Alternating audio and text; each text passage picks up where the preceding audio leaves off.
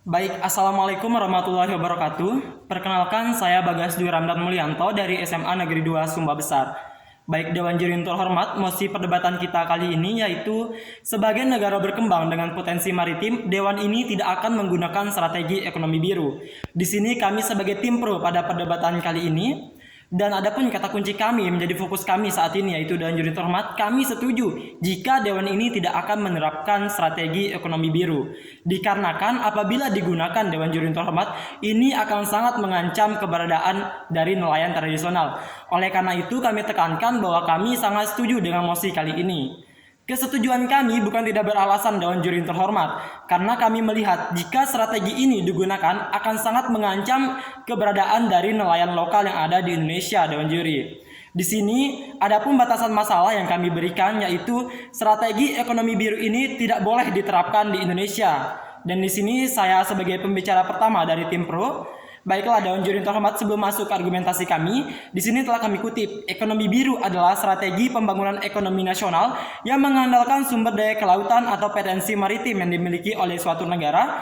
Sedangkan menurut Menteri Kelautan dan Perikanan Sakti Wahyu Trenggono mengatakan ekonomi biru ini merupakan wujud keseimbangan antara dua aspek yang terkait dalam ekosistem kelautan, yaitu ekologi dan juga ekonomi.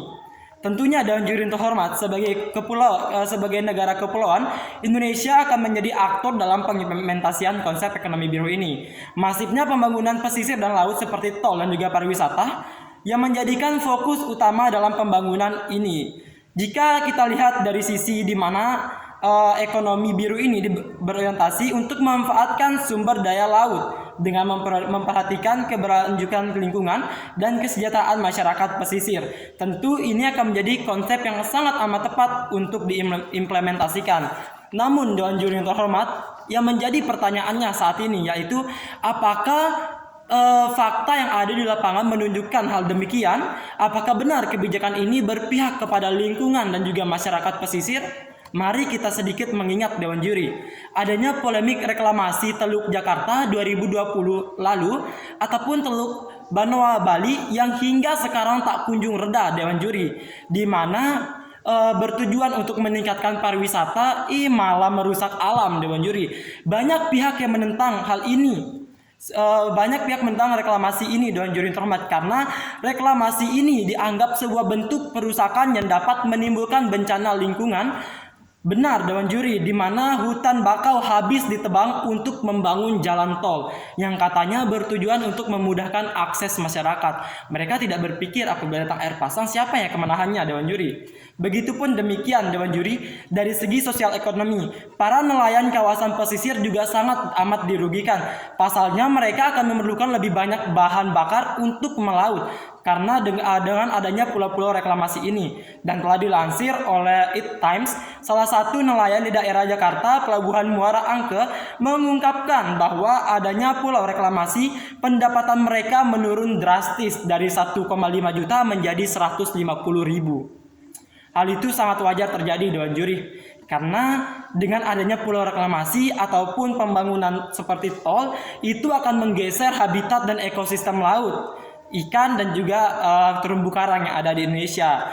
Dan telah kami lansir berdasarkan status terumbu karang Indonesia tahun 2017 yang diterbitkan oleh Pusat Penelitian Oceanografi Lembaga Ilmu Pengetahuan Indonesia, terdapat 569 jenis terumbu karang yang dapat dijumpai di Indonesia, dan jumlah terumbu karang tersebut ada dalam 82 genus. Di mana dengan adanya kebijakan ekonomi biru ini pasti akan mengancam keberadaan terumbu karang ini Dewan Juri, di mana keindahan laut Indonesia akan hancur oleh tangan-tangan pemerintah. Sebagai contoh, Cina, di mana dia adalah salah satu negara yang melakukan illegal fishing di Indonesia. Tentunya mereka mengincar Indonesia karena keindahan laut dan juga habitat dari ikan-ikan yang ada di Indonesia. Apabila ekonomi biru ini diterapkan di Indonesia, maka tidak menutup kemungkinan kita juga akan menjadi seperti Cina yang dimana akan melakukan illegal fishing Dewan Juri yang terhormat. Adapun solusi yang kami tawarkan di sini Dewan Juri, seharusnya pemerintah lebih memperhatikan bagaimana cara menanggulangi masalah ini Dewan Juri, dan juga sebaiknya fokus untuk menurunkan angka stunting yang ada di Indonesia dan juga mempersiapkan bonus demografi Indonesia Emas 2045 nanti Dewan Juri. Oleh karena itu, ketimbang menghabiskan biaya untuk pembangunan tol, lebih baik memikirkan masa depan generasi ini. Dan di sini kami nyatakan dengan kesimpulan bahwa kami sangat setuju dengan mosi kali ini yang membahas bahwa bahwa sebagai negara berkembang dengan potensi maritim, Dewan ini tidak akan menggunakan strategi ekonomi biru. Melihat semua data, fakta, serta argumentasi dan contoh kasus dan masalah yang telah kami sampaikan membuat kami yakin bahwa kami sangat setuju dengan mosi kali ini. Sekian, terima kasih.